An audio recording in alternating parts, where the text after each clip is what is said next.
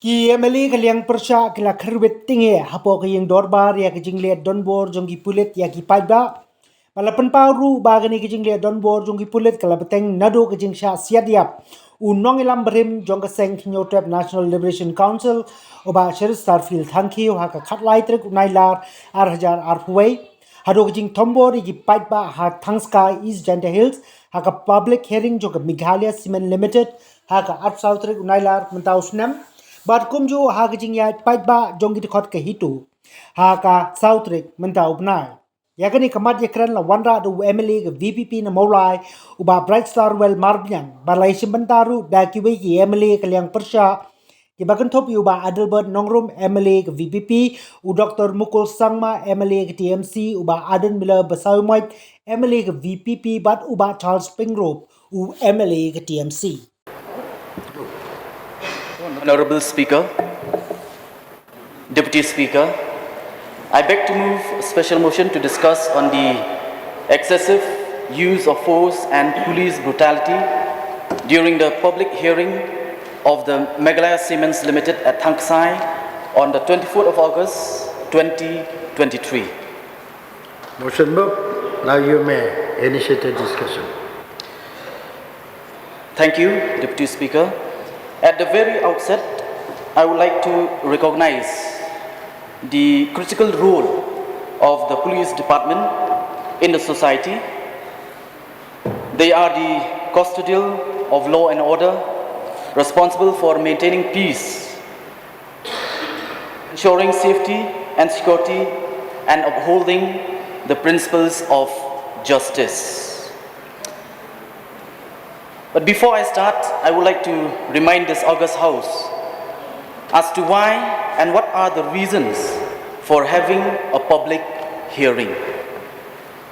Some of which are to open discussions about the issue at hand, to communicate and clarify the need, to show their side of controversial issues, if any, to reopen public dialogue on issues that have fallen out of public mind, and to find solution to a community problem or issue. Public hearing are held to engage a wide audience in information sharing and discussion, and can be used to increase awareness of an issue or proposal, and can be a starting point for furthering public involvement. And for this very reason, public hearing was held at Thangskai on the 24th of August 2023 by the Meghalaya Cements Limited to hear and discuss the issue regarding expansion of cement plant by Meghalaya Cements Limited. But unfortunately, though the hearing was supposed to be a public hearing, however, public was...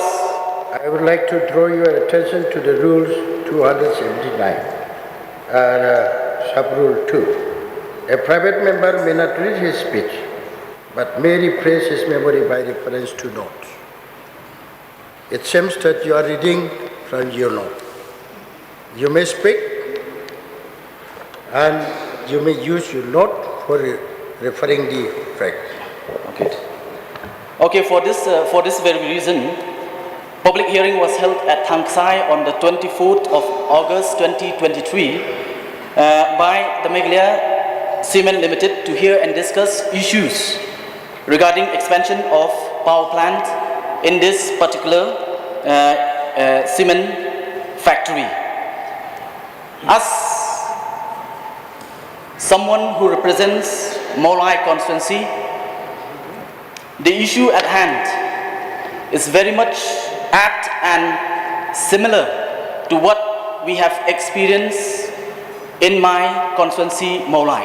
So I can understand and I can feel the pain of the people of Thangskai and its surrounding villages. I would like to remind this August House that recently, not long ago, that is on the 13th of August 2021. What have happened in Mawlai should not have happened. It is a very unfortunate what happened in Mawlai, where the family members of one of our very own in Mawlai, where his life have been cut short by the excessive use of force and police brutality, where in fact after this incident an inquiry commission was constituted under the chairmanship of T. Vaipai, the retired Chief Justice of Tripura, where within his report Mr. Vaipai had clearly stated, where he said, "My finding is that the tactical team 1 is carrying out the operation to arrest the deceased was culpable of thoughtless and excessive use of force." This is what happened in Mawlai. But then, throughout the years, after the incident what happened in Mawlai, we found that many incidents had happened in the state, and more recently in the cement plant at Thangskai.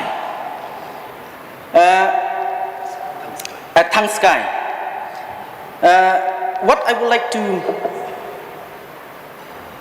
bring before the House is the excessive use of force and police brutality time and again, which we have witnessed as people of this state. And therefore, when we look at what happened in Thangskai, based on the above happening, the people of Thangskai and nearby villages decided to stage a protest, a peaceful protest, where they want to express their desire to be part of the so-called public hearing, which was conducted at this particular day. However, while these people were trying to find their way into the venue, they were stopped by the police, who even use brute force by way of lathi charge, tear gas, and even use stun grenade.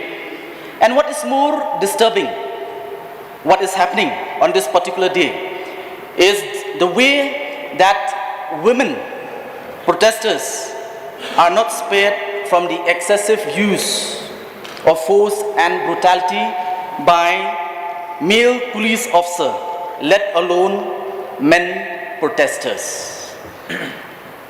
It is a shame to witness such atrocities being committed against our very own. Let me remind us that peaceful protest is our fundamental right, which our Constitution has given us this right and was recognized as the most efficient and justified tool for showing disagreement, and our Constitution has rendered the freedom of opinion and expression to its citizens under Article 19 of our Constitution. Let me quote Article 19. Protection of certain rights regarding freedom of speech. Under subsection 1, all citizens shall have the right, under subsection A, to freedom of speech and expression, to assemble peacefully and without arms, to form associations or unions, and to move. These are the three provisions which guarantees each and every citizens of the states to exercise their right to freedom of speech and expression, to assemble peacefully without arms, and to form associations.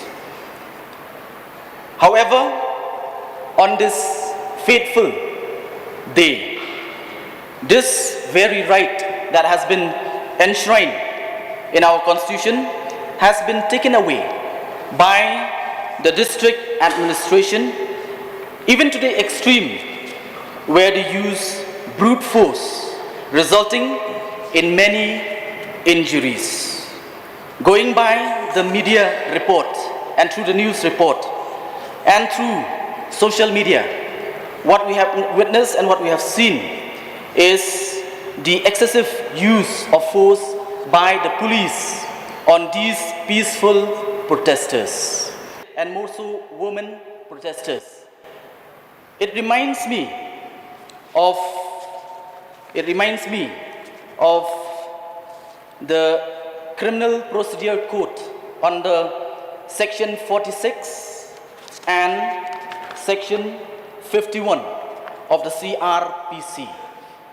When you look at these provisions, these sections, that is Section 46 and Section 51, where it talks about how arrests should be made and search of arrested person.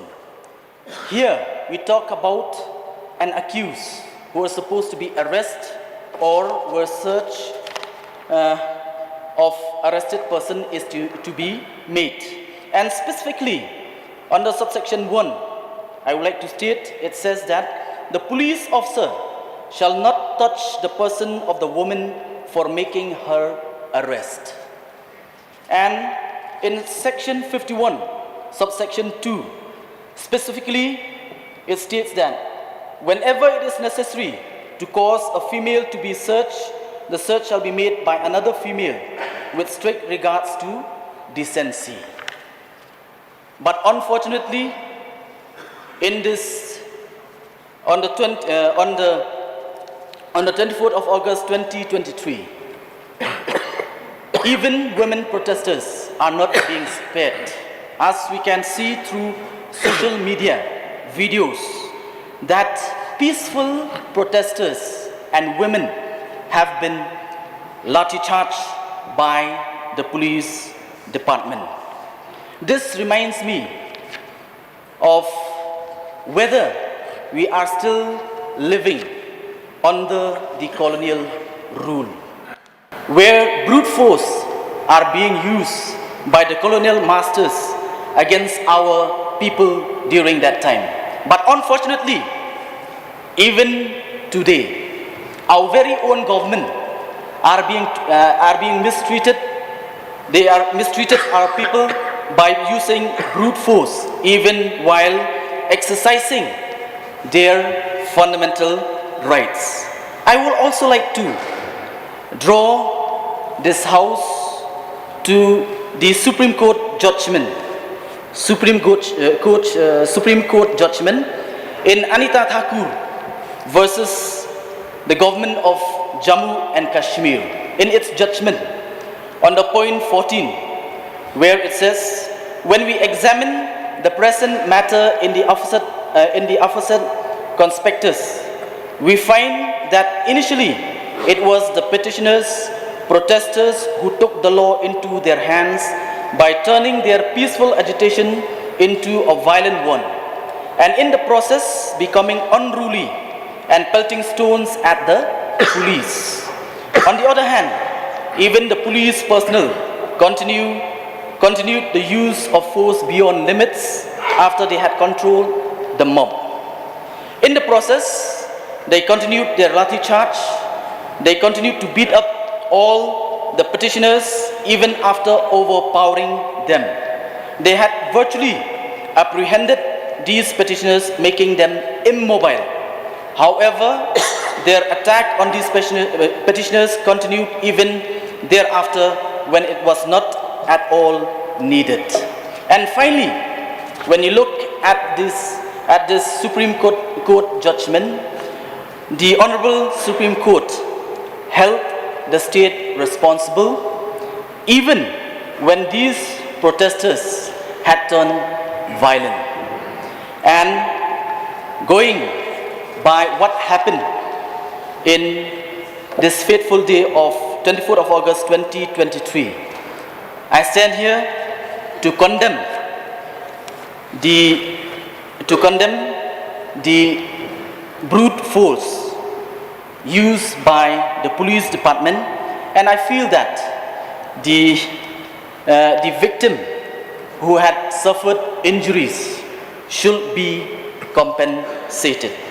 And it is ironic when I look at the newspaper report, where from the district administration and the police, they stated that 9 police personnel had suffered injuries, without mentioning how many civilians had injured.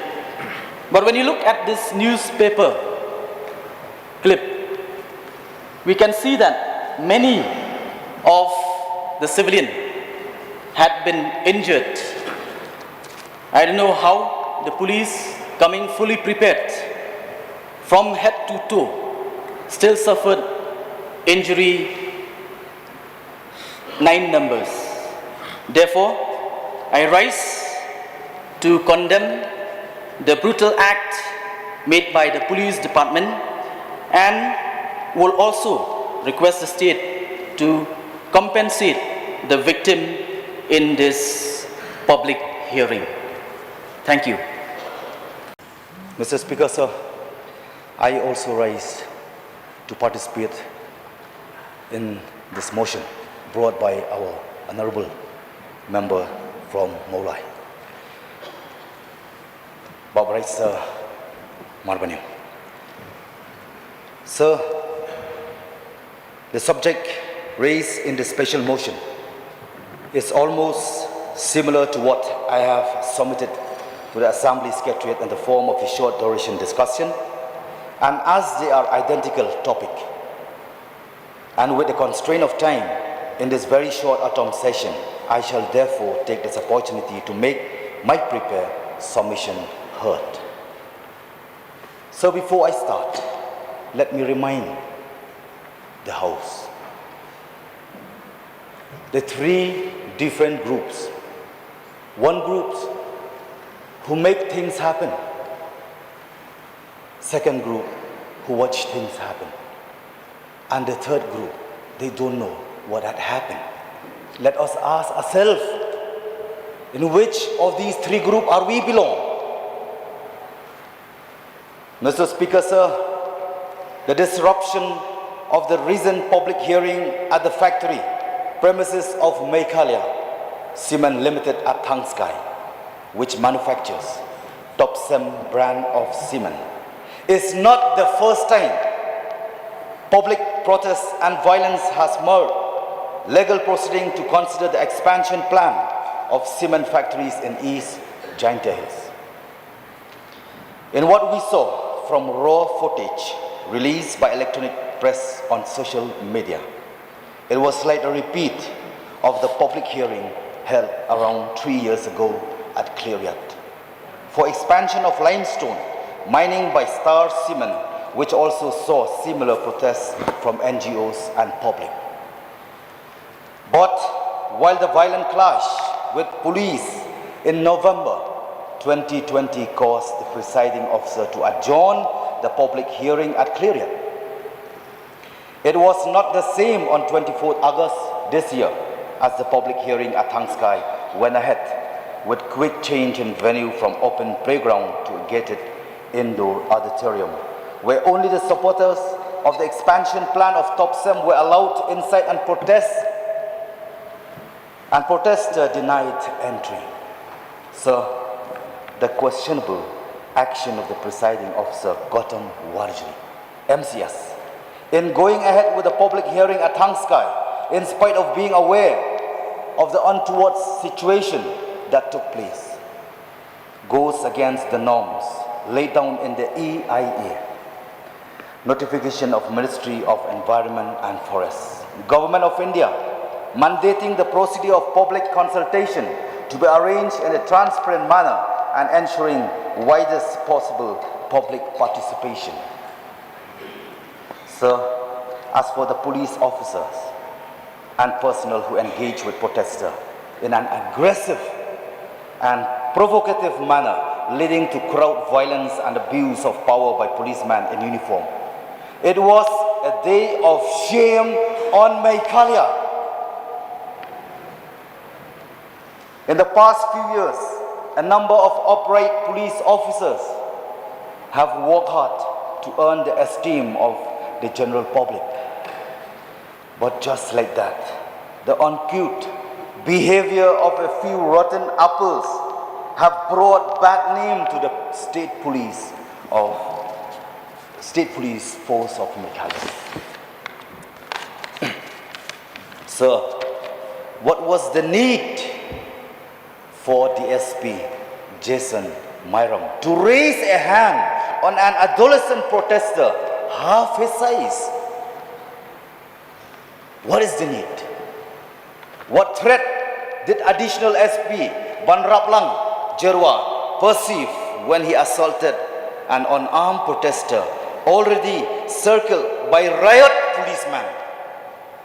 At what training were personnel taught to wield lathi on a defenseless woman? This is a shame for the policeman of state Meghalaya. But the biggest shame is hearing SP Jakpal Singh Dana say on camera, "Mar diye, khatam kar diye in Saleko." Let the Honorable Minister translate into action. I have a video clip of his hate expletive, but I'm not going to translate because on its own it speaks volumes about the attitude of this person who is unbecoming of an IPS officer. Sir, we do not forget that the very same SP Cleariat, I may reiterate the same because it is a serious matter. It's the very same SP Cleariat who led a reckless and poorly executed operation at Mawlai in the dead of the night in the same month of August 2 years ago that resulted in the killing of Chesterfield. Thank you. The report of retired Justice T. Baipai Inquiry Commission is clear about it. All happened. I don't have to say more. Sir, and I'm going to skip the connection between the killing by excessive use of force and the investigation by Cleariat police into an IED blast at the factory of Star Cement in East Jaintia Hills because of time constraint. The police action by SP Cleariat and his team when engaging with protesters at Thangskai on 24th August this year therefore need to be scrutinized from a different perspective. That it was success, whether planned or not, because it successfully managed to keep the dissenters of the expansion plan of Topsem Cement at bay, even as the public hearing was being held.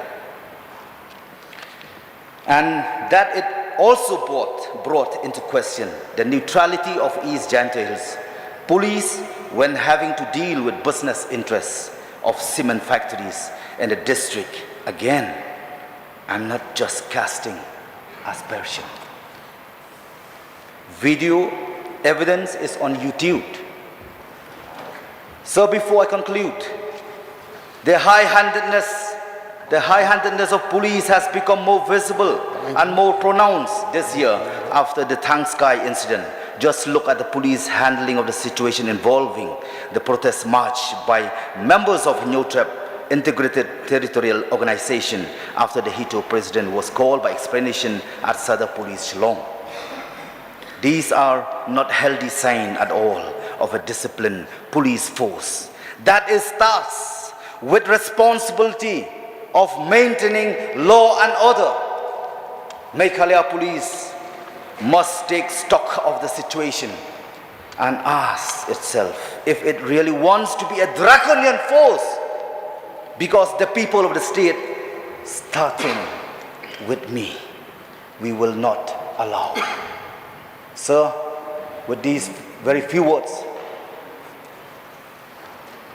I extend my support to this motion and condemn the police atrocity. Thank you, Mr. Speaker, sir. I'll issue my seal. Thank you. Thank you, sir. Yes, member. So I also rise to support the special motion moved by Bryce Terwell Marvinang, an MLA from Mawlai, that this House would now discuss the excessive use of force and police brutality during the public hearing of the Meghalaya Limited at Thangskai village on the 24/8/2023. So, as mentioned by the mover of this special motion, I would also like to share my serious concern of what has happened in our state in connection with the police brutality. So we have seen that policemen are getting emboldened to indulge in the atrocities due to the failure of the government to take action against those erring police personnel. So we fear that if this phenomenon is allowed to continue, Meghalaya would one day become a police state where there will be unrestrained use of force by the police. As has been mentioned by the mover, that police are supposed to maintain law and order and to protect the life of the citizens of the state. So the incidents that took place at Thangskai during the public hearing and at Shillong during the protest of the Hito on the 24th August and the 4th September respectively have truly revealed that police cannot handle even the slightest provocation.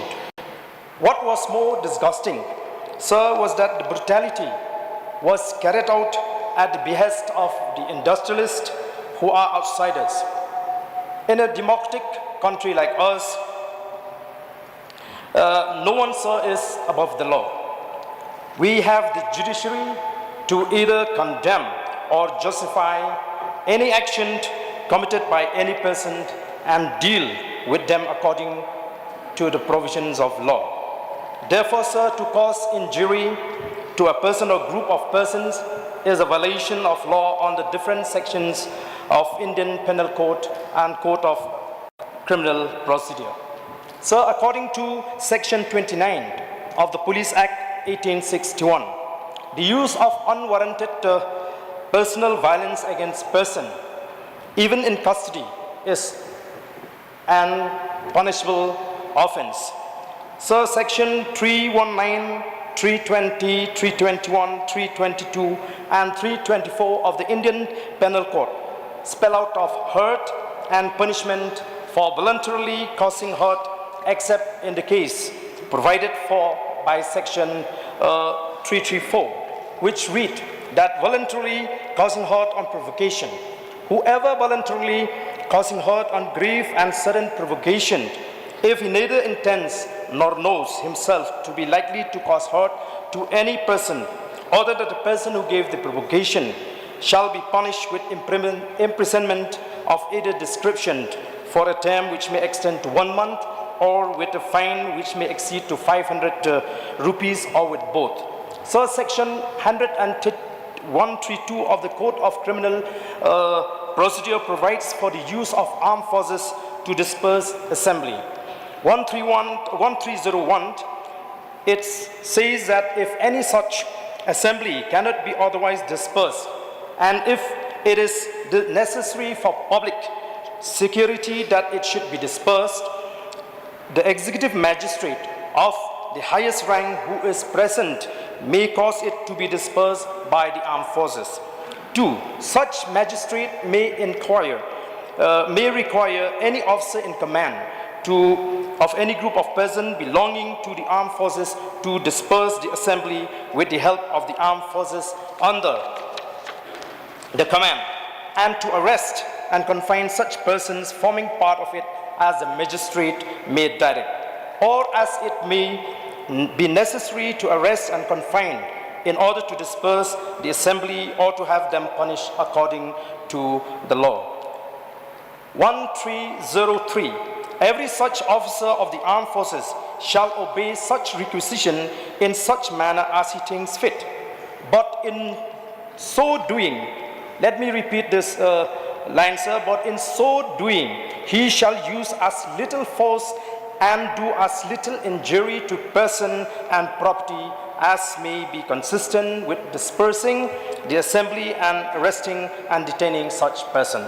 So, after having seen the media reports and video clips of the incidents that took place in these two occasions, I am of the firm opinion, sir, that the police had indulged in atrocities and excesses.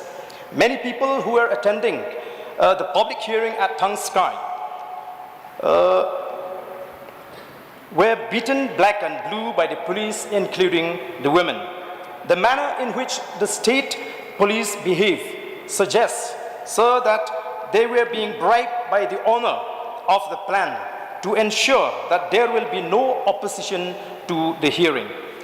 The throwing of stunned grenade at a food stall during the protest at Shillong was also another act of excesses by the police. So the question here is, who will be responsible for the harm and injury that may have caused to the innocent who happen to be around that area? Who will bear the medical expenses to those who may have suffered heart attack because of this responsible act of the police? Therefore, sir, in most of the cases, policemen were seen as lawbreakers, perpetrators of the crime and culprits. We should remember that whatever had gone into the minds of the people as a result of their action cannot be easily and quickly washed away from their memories. So I would also like to know what action has been taken against the police officer who shouted with slang on that day. It is an accepted fact, sir, that in a community, a tribal community, especially among the Khasis, we cannot even tolerate for a common man to use slang in public places. How much more, therefore, sir, it would be for a person in uniform. This is nothing, sir, but a complete disregard of the law. Sir, our memory is still very fresh to recollect what happened in Mawlai, as had been mentioned by the Honorable representing Mawlai constituency, when the police at the War decided to kill an ailing person in cold blood. Since when that Meghalaya police have got the license to shoot at will on anyone, sir? Even the report of the inquiry commission constituted by the state government, sir, had taken a very strong exception to this.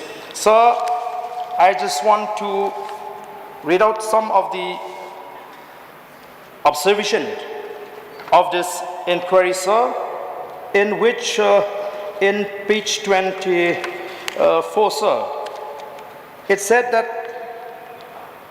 in my considered view, the operation was a well-laid plan, but executed poorly, recklessly, hastily, and without proper application of mind.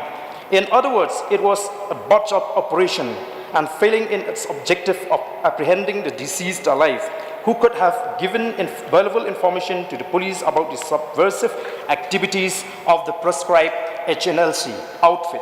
The fact that by undertaking such reckless operation, the team completely lost sight of the possibility of harming the family members of the deceased, who were never accused of having anything to do with the nefarious activities of the deceased he was charged of.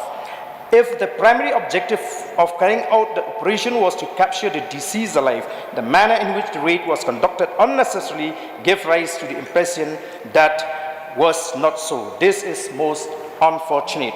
So, moreover, the report says that I do not propose to burden this report with such contentious in view of my above findings. For example, I do not propose to discuss the other evidence available on record to determine as to whether witness number 4 mowed down the deceased intentionally or in self-defense, since the material I could derive from the statement of the 3 state witnesses are sufficient for me to arrive at my above findings about the culpability of the tactical team 1 in the manner in which they carried out the operation. The remaining issue are best left to the judicial criminal court to decide.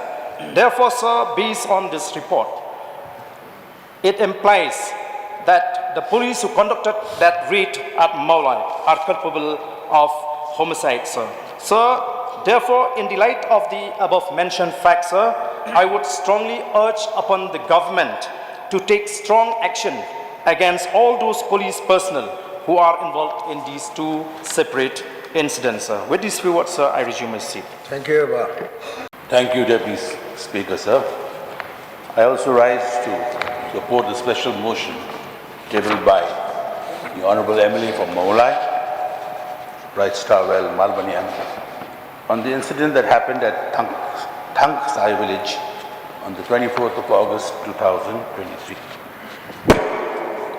Sir, any incident that takes place and that causes harm to the people, citizens of the state, is deplorable and needs to be condemned.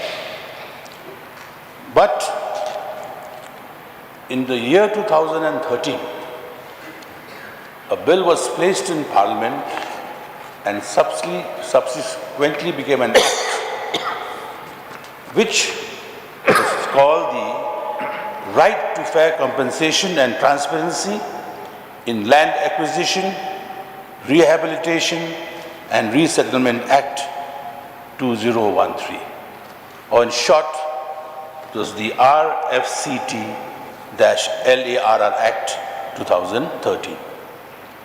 This act, there were powers given to the government to enable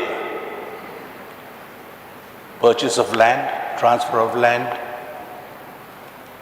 or any other activities that would need a public hearing to be set up. So before this happens, normally you have a social impact assessment study conducted, which will assess whether the proposed expansion in this case or the proposed acquisition will have a direct impact on the people living in and around the vicinity of that area. And then also a social impact management plan has to be set in place. What does this mean, sir? It means that the study will tell you that the proposed expansion or acquisition will or will not have an adverse effect on the population of the vicinity. And the rule is the villages surrounding that area to a certain radius, the people are called and we have a public hearing. So anticipating all this, I feel the district administration should have had prior knowledge that there will be residents within the radius of that cement company, plant, who will voice their opinion. And in most cases, everybody wants to have their own opinion.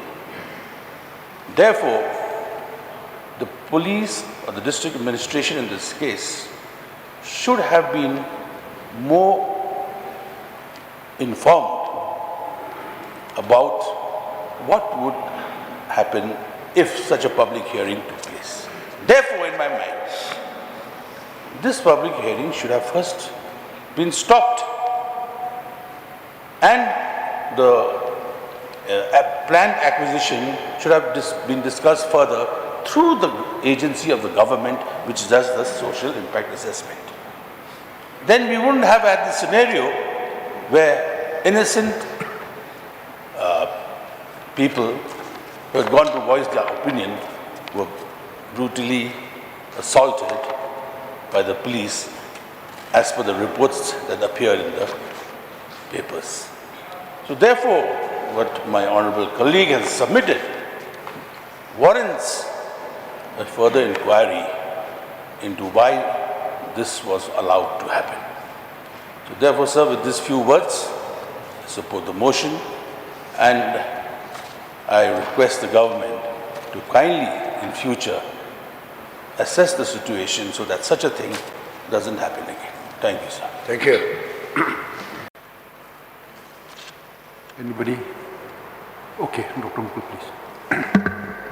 Mr. Speaker, sir, I rise to participate in this very important special motion tabled by Honorable Member from Mawlai. Mr. Speaker, sir,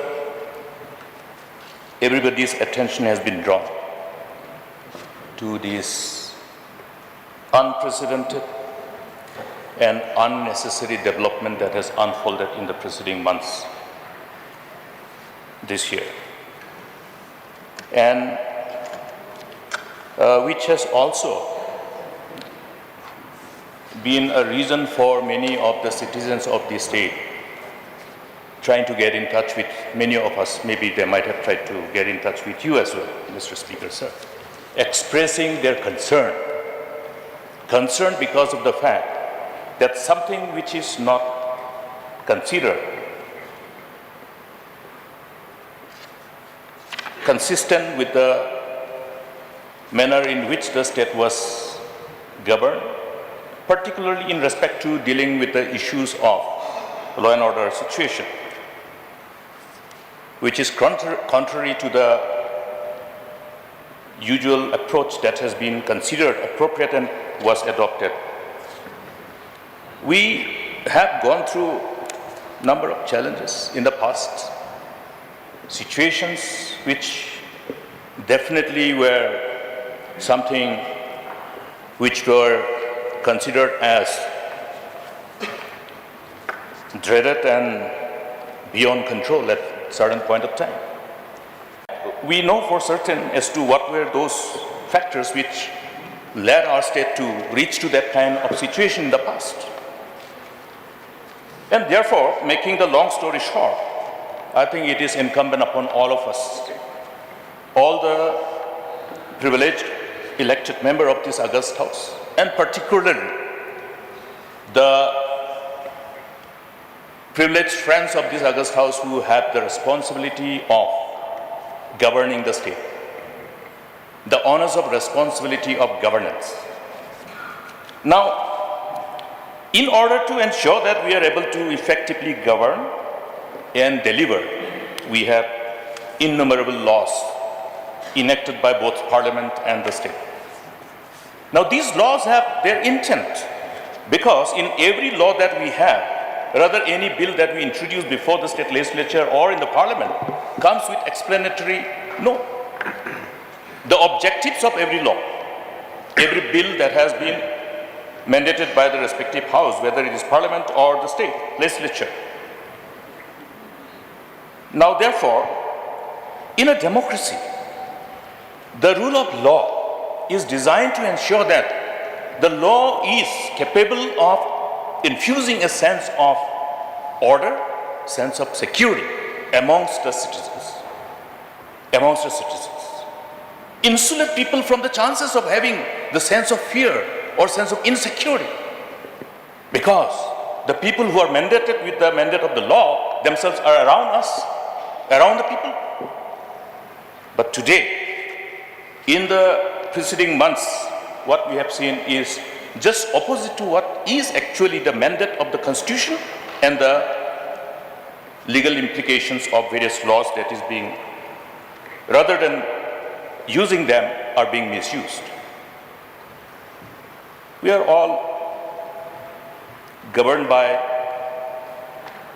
our commitment, our oath, because when we assume office, we enter into the office only after taking an oath. The oath to discharge our responsibilities inconsistent with the law established and the Constitution of India, without fear or favor. I repeat, without fear or favor. Because that is what is considered as the basic spirit of democracy, without fear or favor. Now here, if we see every incident that has unfolded in the preceding months, this very aspect of our discharging our responsibility consistent with the law established and the Constitution of India without fear or favor is completely defiled. And this is painful to see this is happening, because our honors of responsibility lies in ensuring that the installation of faith and confidence in the system does not get threatened under any circumstances. That is how the sustainability of the democracy happens. We see in many of the countries, coup after coup in African nations, dangerous trend, coup. Today, this great nation has been able to withstand that kind of challenges, and we must withstand. But the way the things are being navigated by the people in power, in authority, are going to undo what we have been able to establish over the decades, after the freedom which we achieved, and after the independence, and after the statehood. Our own people, the great leaders of the state, wanted our state because we wanted to have our own people to have the privilege of governing our own state and our own people, because we understand that by doing so we will have people in the hand of affairs of governance who understand our people, our sentiments, which is not so when we were part of Assad. But today, when we have this privilege, with our grateful heart, remembering the contribution of our great leaders in the past, that we have our own state and our own people to take the charge of the whole hands of affairs of governance. Today we are unfortunate to see what is happening. Now, the incidents have been already narrated eloquently, elaborately by the mover of the motion, also supplemented by our distinguished members of this August House, who have taken pain to participate. Now here, I think we have to look at our responsibility as the guardian of the law, as guardian of the people. People look at us as though we are holding the position of the head of the family. In Garo we call Bhagapa. In English we'll call father. So we have all those nomenclature that we use, both in our Khasi community, in our Jaintia community, in our Garo community, and also other communities who happens to have the privilege of being part of this beautiful state. Now, here, I have been tempted to express my concern even before I could speak today in this August House. Look at the law which is being clamped whenever such incidents have taken place. Which relevant sections of the law are being clamped upon those people, our own people, in a given situation where there is some law and order related challenge confronting the district administration? We will always be confronted by challenges, by difficulties. But at the same time, when we handle such situations, the intent that revolves around the manner in which these issues are handled should be very, very with in-depth understanding of the fallout of such way of dealing with the situation must be understood. The power of comprehension of the likely offshoot or the outcome or the result of every action, because every action has got its equal and opposite reaction. What is the kind of message that we are sending? I would therefore like to urge upon the government, draw the attention of the government to relook at all those things that has happened in the preceding few months.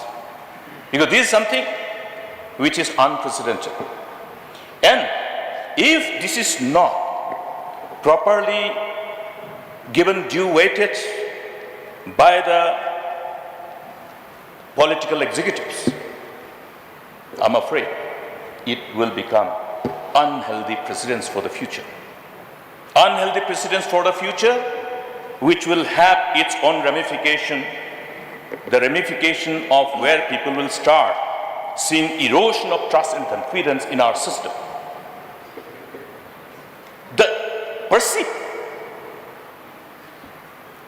sense of insecurity because of the manner in which the position and authority are being misused and abused creates a sense of perception that, okay, people who are privileged to be in the hand of affairs of governance, or particularly the officers, the so-called elitist group, have the audacity to go beyond what is the mandate of the law, because they know the helplessness of the innocent people. When authorities misuse the mandate of the law in order to crush people's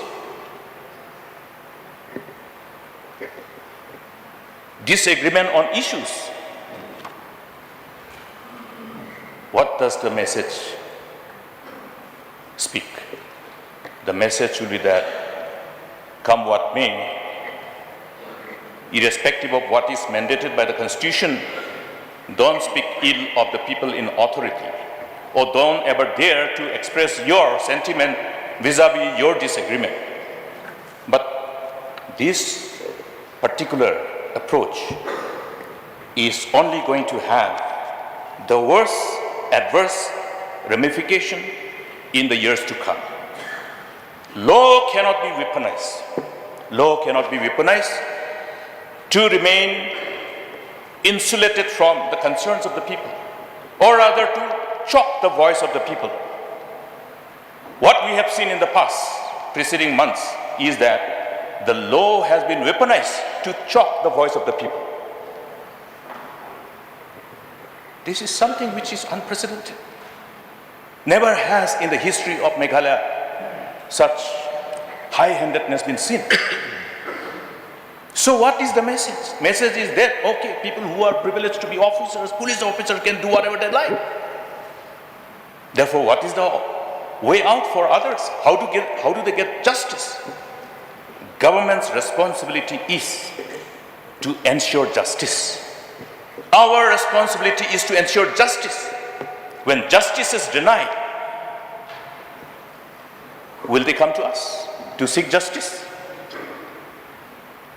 It will be very difficult for us to even convince that, please believe in us, law of the land will prevail over everything else. We will be finding it difficult to convince. Why I'm saying this is because we have gone through that situation in the past when it was so difficult to convince people to believe us, to convince our misguided youth who took gun and went to the jungle, waging war against the state and nation, to call them back, to have the trust on the system, on the government, on the intent. Today, what we see today, that incident of Mawlai itself is a blot in the history of Meghalaya's governance, because it gives reason for people to doubt our intents, our sincerity, our commitment. Same thing has happened even in respect to Garo Hills. Some of the misguided youth who agreed to respond to the call of the government, give up arms, dissociate themselves from the banned outfits, banned terrorist organization, when they agreed to come and join the national mainstream, they were given training, they were given counseling by all concerned, including the churches, so that they mold themselves to live along with us and be productive citizens, be part of the whole growth story of the state and the nation. What happened? Some of those people who are yet to receive the money for rehabilitation package, they keep on coming and asking me, sir, what has happened to our that entitlement? 5 years have gone. So these are not something which I believe the government is having all these informations available with the political department, and the Home Department. Please review those things and send strong message that whatever might have been the reason for the delay, but then we do not betray, we keep our words. Continuity of the responsibility. Government. We say government of Meghalaya. We do not say, okay, government of so-and-so, Mr. So-and-so. So government of Meghalaya must be seen keeping up the promises that we made to our people. This must be inconsistent with the mandate of the law in operational and mandate of the Constitution of India. Now, for the purpose of, again, drawing the attention of the government, look at the relevant sections which were clamped on those people who were arrested post-Chura mayhem. Yes. Which law?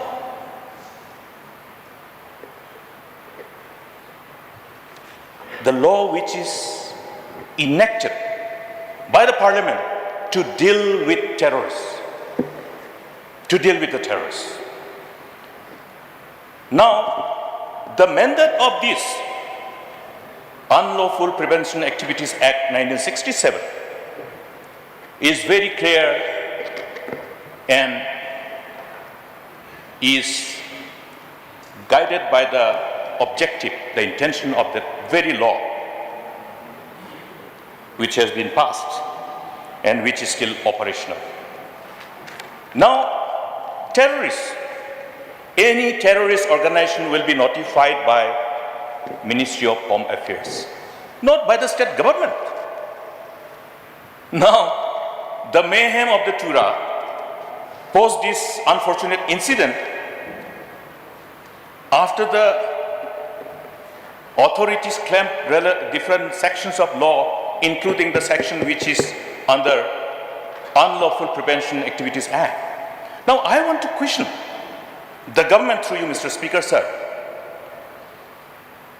Was the Chief Minister allowed to meet people who are already members of terrorist organization, banned organization?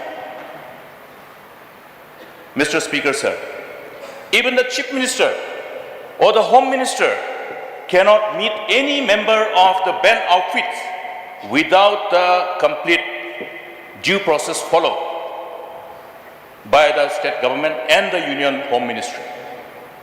It is sacrosanct. Anybody who is waging war against a state, we cannot meet. I had to counsel many of my colleagues while we had the privilege of being in government that you cannot talk directly to the members of the banned outfit. Therefore, was the Chief Minister meeting those members of the banned outfit in Chura to deal with the situation? And if so, that means the district administration, particularly the police, knew who they were meeting. What was the situation prior to meeting and at the time of meeting? Mr. Speaker, sir, you are also one of the elected members from western part of the state. 24 MLAs from Garo Hills region. What was the social media narrative being circulated? We were all being blamed. All the MLAs of Garo Hills, why are you keeping silent in the matter of an issue which revolves around the interests of the community? We were provoked. We were provoked. Still, we had to counsel many of our colleagues, don't get influenced by those kind of narratives. Even as of now, there are narratives which is in circulation in various social media platforms, which points a finger at us, questioning our loyalty to our community. Why was it not prevented in the first instance? And who are those who were pointing finger at the members of this August House, loyalty towards our committed duty and responsibility towards the interests of our people? Therefore, the government of the day has more job to do to understand who are those belonging to this particular group, forces who are trying to color all the MLAs of this August House as anti-Garo. It's a very dangerous trend. It is a very dangerous trend. Therefore, there are relevant laws. There are relevant laws. This August House has legislated number of such laws. This August House has also further amended those various laws to give the enough strength and power from the legal perspective to the authorities in the state. But, Mr. Speaker, sir, UAPA 1967 is meant for terrorists. Parents of some of the arrested children met me. Some of these youth are the only youth who have reached to this level in respect of pursuing their academic career. Maybe after completing their studies, they intend to go back and be part of the growth story, development story that the state's people would like to see and witness. Today, these young boys and all, because of the inefficiency of the district police, just to hide their inefficiency, went up to the extent of arresting and clamping this law which is designed for the terrorists. I'm sorry. It pains and hurts our, body, mind, and soul to see these things happen. I have never heard any time in this long innings of my public life that people entered into a conspiracy to kill a chief minister or a minister in the state of Meghalaya. It has never happened. You have all the record of the inputs that we have collected over the years, over the decades, while we were in the worst situation. So, there's some police officers, because of their inefficiency, or is it to just create that kind of bonhomie with the people in power, in authority? Mr. Speaker, sir, we have the Police Act 2010 effectively deliberated, discussed and passed by this August House. Go by this Police Act 2010. It's like a Bible. It's like the scripture for the police. There is also a police, your state, different committees. Different committees are there. One of the very important committee is to be headed by the Minister in charge, Home, to see whether the organization is in sync with the mandate of various laws. The responsibility of answering to the government on their actions, because we as people belonging to this political class must be really concerned about the way officers abuse their authority. Some of the officers will run away from this state after some years, but we are going to be here. We are going to remain here. Our children are going to remain here. We don't want to be remembered as those who were perpetrators of people's rights and allowed people who are insensitive to the sentiment of our people coming and showing their might by abuse of power. So many incidents are there which is reflective of this attitude beyond reasonable doubt. And all these informations are available with the political department. Therefore, I would like to urge the government, please do not use laws which are designed for dealing with terrorists. There are enough laws which is available to deal with the situation. Please don't take this submission as anything intended to offend our friends in government. It is not. With heavy heart, I'm making this submission. Let us correct it. Let our ego and our pride do not come in between. I have gone through this kind of situation in the past. There were instances when I could have put many of the politicians who are in this August House in the jail at that time. We did not do it because this is not the spirit of our Khasis, Garos and Jaintias. Yes, समझदारों के लिए इशारा काफी है. Many people know what I'm saying. Even now the relevant cases are still there. Did we misuse? No. Let us not do it. And if anybody has tried to misguide the government, like what the DGP was saying, what type of officer is this? Accountability committee is there under the mandate of the Police Act 2010. Accountability Act, accountability committee.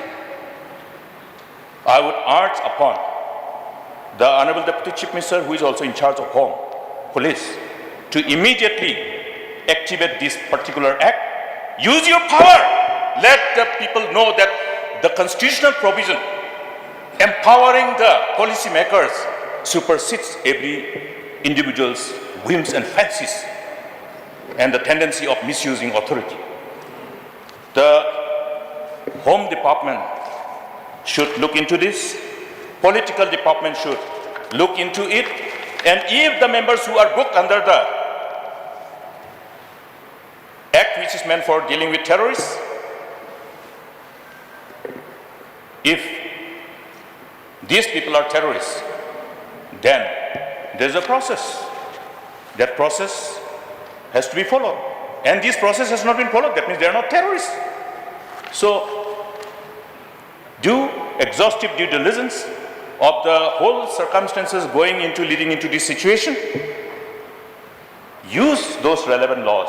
But please, for God's sake, political department should decide that this particular law is inconsistent with the given situation, and this will be unnecessarily unhealthy precedents which we must all avoid under any circumstances.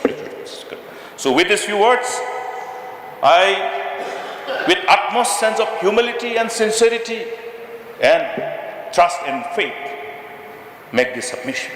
Please, let us do justice. Let whatever we decide send a strong message that yes, we are here to give justice. You don't have to go anywhere else to knock for justice. Therefore, let justice emanate from this very august house. Let our heart be molded and directed and guided by the wisdom of God. Thank you, Mr. Speaker, sir. Mr. Speaker, sir, at the outset, I am very thankful to the Honourable MLA from Mawlai who has brought this motion and the contents of this motion. This House do now discuss the excessive use of force and police brutality during the public hearing of the Meghalaya Cements Limited at Thangskai village on the 24/8/2023, and also the honourable members who participated in this special motion: Honourable MLA Mr. Charles Pongro, Honourable MLA Mr. Aden Basau Moit, Honourable MLA Mr. Adelbert Nongrum, and Honourable MLA Dr. Mukul Sangma. Sir, in fact, the main text of the motion talks about the incident that has happened during the public hearing of the Meghalaya Cement Limited Thangskai on the 24/8/2023. However, during the submissions, discussions, the honourable members brought in and raised other issues relating to the functioning of the Home Police in the state of Meghalaya. Well, whatever points raised, I have already noted down. And back to the original text of this special motion, sir. At the outset, I take this opportunity to thank the Honorable Mover as well as the members who participated in this special motion. Sir, I stand before this August House today to provide a comprehensive account of the events that transpired during a public hearing held on the 24th of August 2023 at the premises of Meghalaya Cements Limited, Thangskai, East Jaintia Hills District. This public hearing was convened by the Meghalaya State Pollution Control Board to discuss the proposed expansion of production capacity by Meghalaya Cement Limited. Sir, in preparation for the public hearing on the 24th of August 2023, meticulous law and order arrangements were made, and a detailed operational plan was also issued by the Office of SP East Jaintia Hills. The officers and personnel involved were given explicit instructions to ensure a peaceful environment throughout the proceedings. They were directed to maintain courtesy and professionalism when interacting with the public and to exercise the use of force only when explicitly instructed. Sir, on the morning of the public hearing, 78 police personnel were briefed about the event at Top Cement before they deployed to the site. They were well informed about their mandate, which primarily centered on maintaining law and order. Mr. Speaker, sir, the police team arrived at the public hearing site promptly at... yes, sir. Mr. Deputy Speaker, Chief Minister, please, you may take your seat. It is now 2 o'clock. In exercise of Rule 11 of the Rules of Procedure and Conduct of Business, I will extend the sitting of the House till 3 p.m. Deputy Chief Minister, you may continue, please. Yes, sir. Mr. Speaker, the police team arrived at the public hearing site promptly at 6:20 a.m., well in advance of the proceeding, to assume responsibility for maintaining law and order. Sir, initially a group of approximately 30 individuals from Thangskai village, including women and children, gathered and sat at the main entrance of the cement plant, effectively blocking the entry of vehicles and individuals into the plant. However, despite the request from the police of East Jaintia Hills to send only few members from their group to attend the public hearing, to registering their protest formally, however, the number of individuals started increasing gradually. Soon after, the villagers from Sheikh Rupi, Wayajer, and adjoining villages under Narpo Ilaka also assembled, bringing the total to around 150. Unfortunately, despite best efforts from the police department, the blockade persisted, impeding the flow of traffic. Sir, at approximately 10:55 a.m., the public hearing commenced peacefully as scheduled. However, at 11:10 a.m., the mob at the Top Cement gate, incited by one person and several other unknown individuals, breached the premises of Top Cement. The police team then immediately intervened, attempting to prevent the situation from escalating. Regrettably, the mob employed a tactic that made the use of reasonable force exceedingly difficult. They used children and women as shield. This tactic prevented the police from taking decisive action to contain the crowd. Mr. Speaker, sir, the situation further deteriorated as the mob resorted to various means to gain access to their hearing venue, including scaling the boundary walls of Top Cement. Sir, by 12 noon, the public hearing venue was completely vandalized, at which point it became evident that the situation required immediate intervention to prevent further damage and potential harm to individuals present. The police made repeated efforts to pacify the crowd and convince them to refrain from taking the law into their own hands. However, attempts to de-escalate the situation met the limited success. Sir, at around 12:30 p.m., in consultation with the officials present, a decision was made to relocate the public hearing to the community hall within the premises. The mob there was informed of this decision, and after negotiations, they agreed to march peacefully and protest near the new venue. Sir, at around 1:30 p.m., despite multiple attempts to maintain order, the situation took a violent turn. The mob began to exhibit aggressive behavior, attacking police personnel with bamboo sticks, rods and stones. The police continued to issue warning urging them to disperse peacefully, but the crowd persisted in their attempts to gain forced entry into the second venue of the hearing, with apparent intentions to cause harm to life and property. Mr. Speaker, sir, given the gravity of the situation at the rest, it posed to public safety, the police had no option but to use reasonable force to contain the violent mob.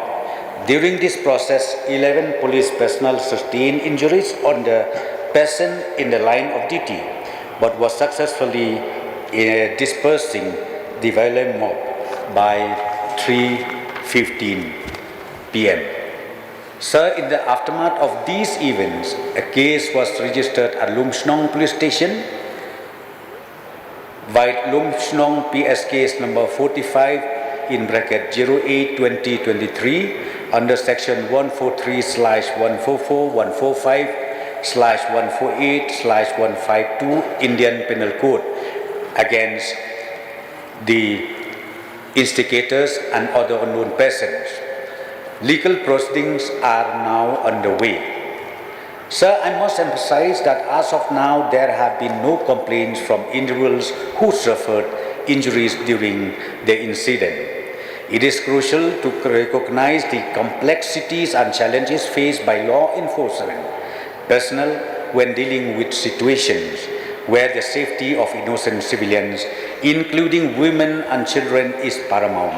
We are unwavering in our commitment to uphold the rule of law, and we remain dedicated to ensuring that those responsible for instigating violence are brought to justice. Sir, in addition, let me just go back to the last term, the last government, 2018, when our Honorable President Chief Minister Shri Conrad Sangma took over as Chief Minister in 2018. I think we must have seen the accommodative attitude of the government towards any issues, be it NGOs, be it individuals, be it any stakeholders. The door in the secretariat is always open at that point of time. And again, we continue our commitment even this term with effect from the month of March till today, and we will continue to do so. It seems, sir, it seems, if we are too accommodative, people take advantage also. Occasionally they say this government is spineless. In fact, we have seen so many instances. But you know, when few cases happen, like be it in Tura, like be it in this police sada, main police sada, then again at Clarion. You know, ultimately it came out in the limelight unnecessarily. Sir, let me assure the members of this August House, we are here, number one, to make sure our people, the citizens of the state,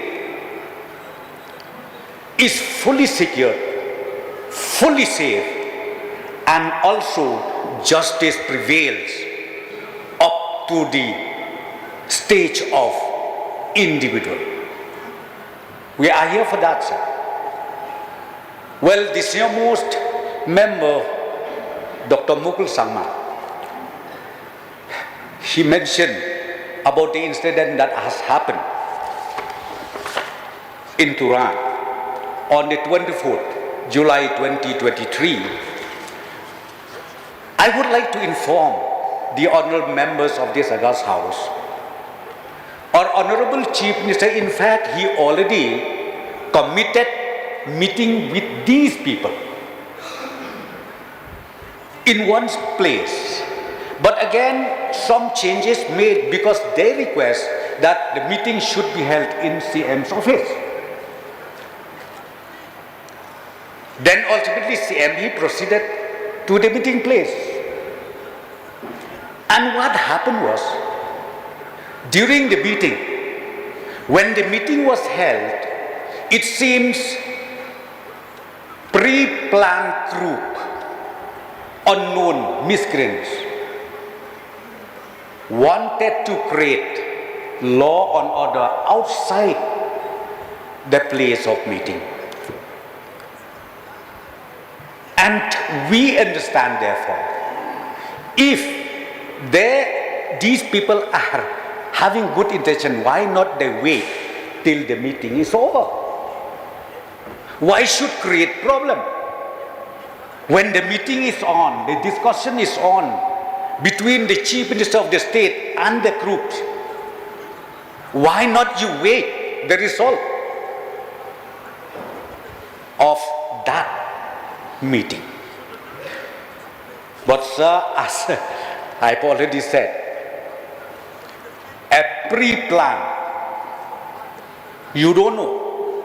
I don't know. Honorable Member Dr. Mukul Samai said, I never heard in the history of Meghalaya that any group of person or any person trying to attack or to maybe to kill even the Chief Minister. Let me just tell you one thing. Sir, that's why we do have even a security commission. Then again, from the police side, we have to assess every now and then about the security of each and every members of this August House, because we don't know. Therefore, we are reviewing each and every now and then to exactly know the security, the safety, not only the Chief Minister, but all the honorable members of this August House. So, sir, as far as this issue is concerned, my clarification is only let us wait till the process is completed. Whether the police book them under this act or on that act, let the process be completed. And then the truth will come out by the process. It will come out by the process itself. So, Mr. Speaker, sir, I would like to therefore request the honourable members in this August House, let us work together. I think we don't want to harm anybody. We don't want to create unsafety, insecurity to anyone in the state of Meghalaya. We are here, as I've said to you, to protect and also to make sure that we are all safe and we are all secure wherever we are in the state of Meghalaya. Mr. Speaker, sir, and then another one point raised by the honourable member, Adalbat Nongrum, relating, he referred to one statement in the social media where he said that the SP, he talked in Hindi, blah, blah, blah. Please, I would like to request, I think this portion has to be expunged. Because, see, you cannot just allege any person without evidence. Because I am very sure there was no such statement, but if it is there, sir, produce it. Otherwise, we need to expunge the statement made by the honorable member. Because see, this kind of thing, sir, I think honorable member will not mind when I say this. See, we have to correct. When we are inside the house, well, we talk, but at the same time, when you charge any officer or any person or any members in the house, it should be within the evidence, hard evidence that you have. Sir, then the honorable member, I think Charles Pranop has already pointed out about the process of hearing as per the act, we call it the SEIA's State Impact Assessment, State Environment Impact Assessment, which is being done. So the issue from my side, from the police side, is only to clarify that particular incident that has happened on that fateful day, fateful afternoon. So, sir, I once again take this opportunity to thank the honorable member of this August House, Mr. Bright Starwell Marbanyang, MLA of Mawlai constituency, for bringing in this motion, and those issues, especially they referred by Aden Basaumoid and then by Adelbert and then the mover himself. They referred about the case of shooting, the case of killing Mr. late Cheris Thankyo. This I will not touch anything, because right now this particular case is lying with the Honorable High Court, sir. So with this few clarifications, sir, I resume my seat.